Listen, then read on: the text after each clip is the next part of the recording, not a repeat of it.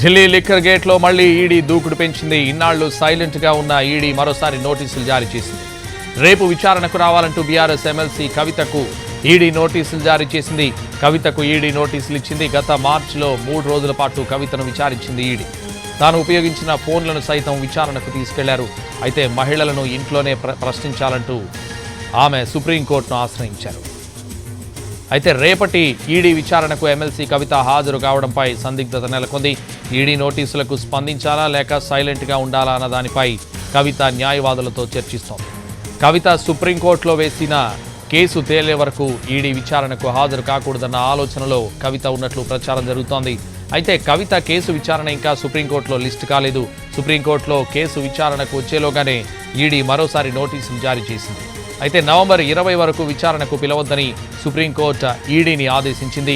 ఆ తర్వాత తెలంగాణలో అసెంబ్లీ ఎన్నికలు రావడం, ఆ ఎన్నికలు పూర్తి కావడం, అధికారం మారడంతో తాజాగా మళ్లీ ఈడీ నోటీసులు జారీ చేయడం ప్రాధాన్యతను సంతరించుకుంది. ఇదే విషయానికి సంబంధించి మరింత సమాచారం మా ప్రతినిధి రాఘవేంద్ర ఫోన్ లైన్ లో అందిస్తారు. రాఘవేంద్ర.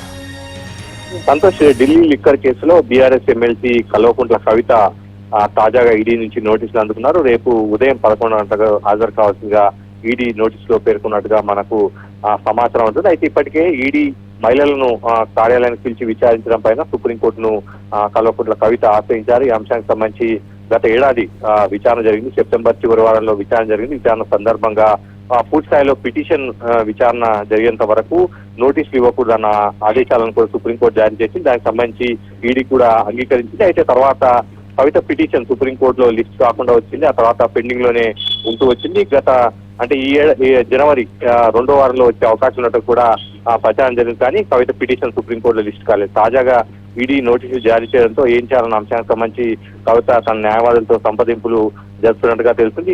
ఈడీ నోటీసులకు ఏ విధంగా స్పందించాలి, ఒకవైపు సుప్రీంకోర్టులో పిటిషన్ పెండింగ్ లో ఉంది కాబట్టి అదే అంశాన్ని ఈడీ దృష్టికి తీసుకెళ్లాలా, లేకపోతే ఏ విధంగా బదులు ఇవ్వాలన్న అంశానికి సంబంధించి న్యాయవాదులతో చర్చించినట్టుగా మనకు సమాచారం ఉంటుంది. దాదాపు ఈడీ విచారణకు కవిత హాజరయ్యే అవకాశాలు లేనట్టుగా మనకు సమాచారం ఉంటుంది. సంతోష్, అయితే నోటీసులో ఏమేమి పేర్కొంది ఈడీ రాఘవేంద్ర? లిక్కర్ కేసు సంబంధించి తమ ముందు ఢిల్లీలోని కార్యాలయంలో హాజరు కావాలని నోటీసులో పేర్కొన్నట్టుగా మనకు సమాచారం ఉంటుంది. అయితే దీనికి సంబంధించి అంటే ఈడీ తాజా నోటీసుల నేపథ్యంలో ఏ విధంగా అడుగులు ముందుకు వేయాలన్న అంశానికి సంబంధించి కవిత న్యాయవాదులతో చర్చిస్తున్నట్టు ఒక అరగంటలో ఈ అంశానికి సంబంధించి క్లారిటీ వచ్చే అవకాశం. మనకైతే ఇప్పటివరకు అందున్న విశ్వసనీయ సమాచారం ప్రకారం ఈడీ విచారణకు కవిత వెళ్లే అవకాశాలు మనకు కనిపించడం లేదు. సంతోష్. Thank you Raghavendra.